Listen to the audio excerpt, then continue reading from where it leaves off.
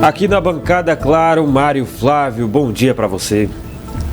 Bom dia, Rodrigo, bom dia, Laís, nosso ouvinte. Chegando para a gente falar aí um pouco mais da política, o fim de semana chegando, todo mundo ainda na boa ressaca, né, da vitória da seleção brasileira, vitória incontestável, né, ontem, né, com um vareio de bola, como a gente costuma chamar aí na linguagem do futebol, e agora vamos falar de política. Simbora, porque, né, Mário, tem aliado de Arthur Lira, sendo líder do PSB na Câmara, em nome de pernambucano também. O Felipe Carreiras, né, o deputado do Estado, deputado federal Felipe Carreiras reeleito, ele é muito próximo do Arthur Lira.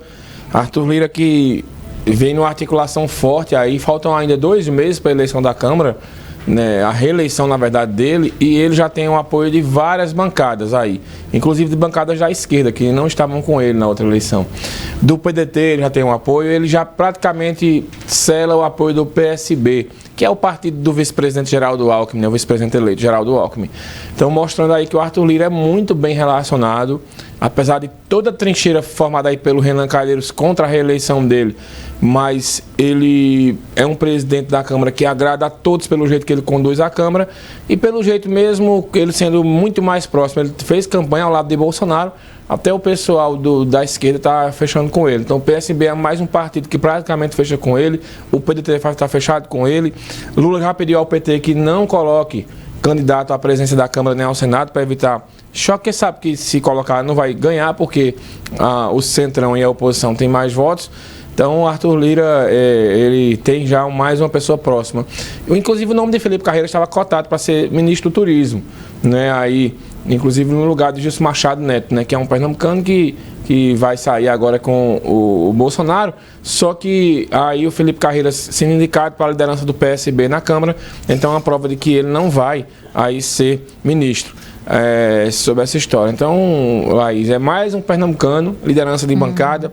Os pernambucanos sempre eles conseguem se destacar lá no Congresso, né? Lembrando que atualmente o Volney Queiroz é líder da oposição no Congresso Nacional, tá saindo no 1º de fevereiro, perdeu a reeleição, né? Os pernambucanos, a Luciana Santos é presidente nacional do PCdoB, que ela que é vice-governadora, perdeu a reeleição, então ela deve também tentar ocupar um cargo aí na função. E a grande questão do PSB no governo futuro aí do Lula é que o partido deve indicar um ministério, e a grande questão é quem vai para esse ministério. A vontade do Lula é o Márcio França para ser indicado, ele que foi candidato a governador de São Paulo, derrotado lá pelo Tarcísio de Freitas, aliás ao Senado, né? Foi derrotado na disputa pelo Senado. O Lula quer indicar o Márcio França, e o Paulo Câmara ele vai para uma composição provavelmente no Ministério da Justiça. Flávio Dino deve ocupar o ministério, né? Ele que é ex-governador do Maranhão e é senador, e foi senador eleito agora. E o Paulo Câmara seria uma espécie de secretário de Segurança Pública. Ele ficaria ali sendo o segundo da pasta no lugar, aí junto com Flávio Dino. E aí o PSB ficaria contemplado por demais nesse governo, Laís.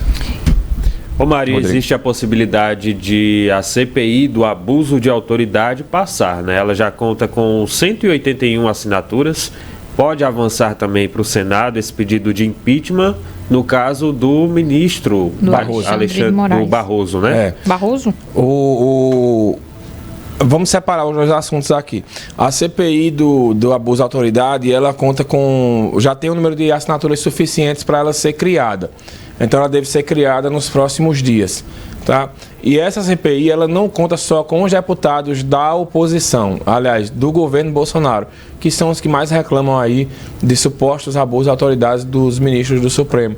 Mas ela conta com muitas assinaturas do Centrão e até com deputados da esquerda, porque são deputados que entendem que há uma invasão entre os poderes. E, em parte, eu concordo com eles. Como eu venho dizendo aqui, eu acho que todo extremo é muito ruim. E algumas decisões do Supremo, elas são de cunho antidemocrático, já que o pessoal adora falar nessa história de democracia, né? Eles invadem a liberdade de expressão.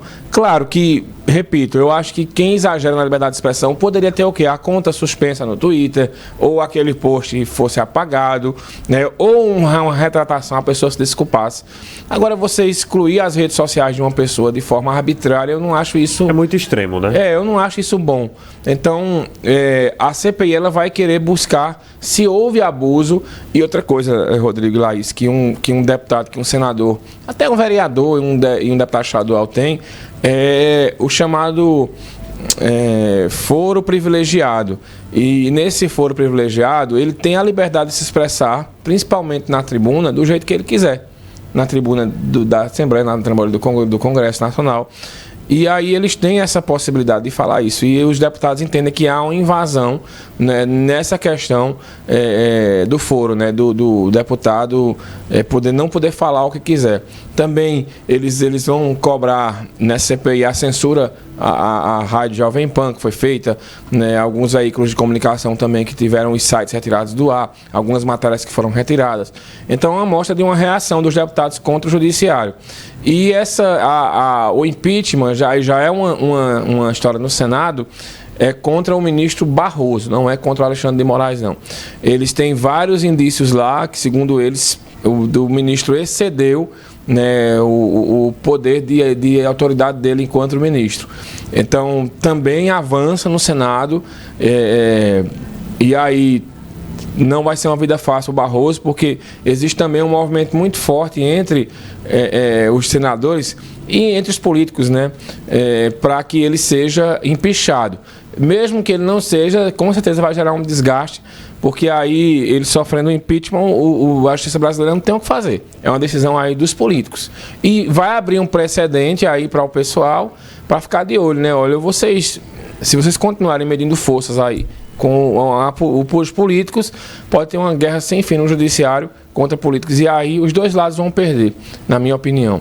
Então é uma situação extrema, é uma situação que vai deixando o clima muito tenso entre político e judiciário, né? Lembrando que essa situação ficou mais tensa ainda com a decisão, né, do ministro Alexandre de Moraes de multar o partido Bolsonaro em 22 milhões de reais. E aí o PL...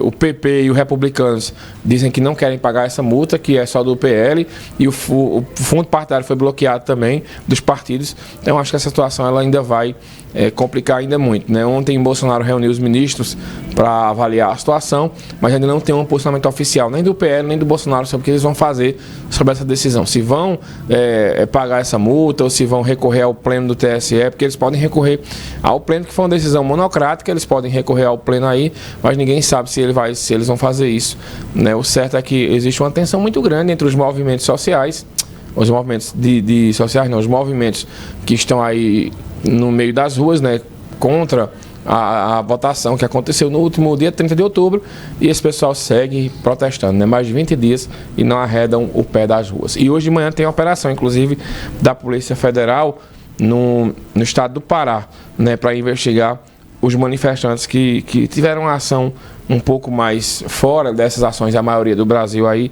e acabaram complicando um pouquinho a vida do pessoal aí que está com o direito de vir cerceado. Então vai aos poucos as instituições vão reagindo, né? E eu acho que esse movimento ele vai perdendo um pouco de força, né? Porque com o passar do tempo, embora eu acharia que a essa altura do campeonato já estaria ele desfeito, mas não, o pessoal segue aí acampado na frente dos quartéis, e eu acho que o que perdeu força foi aquele pedidos de intervenção.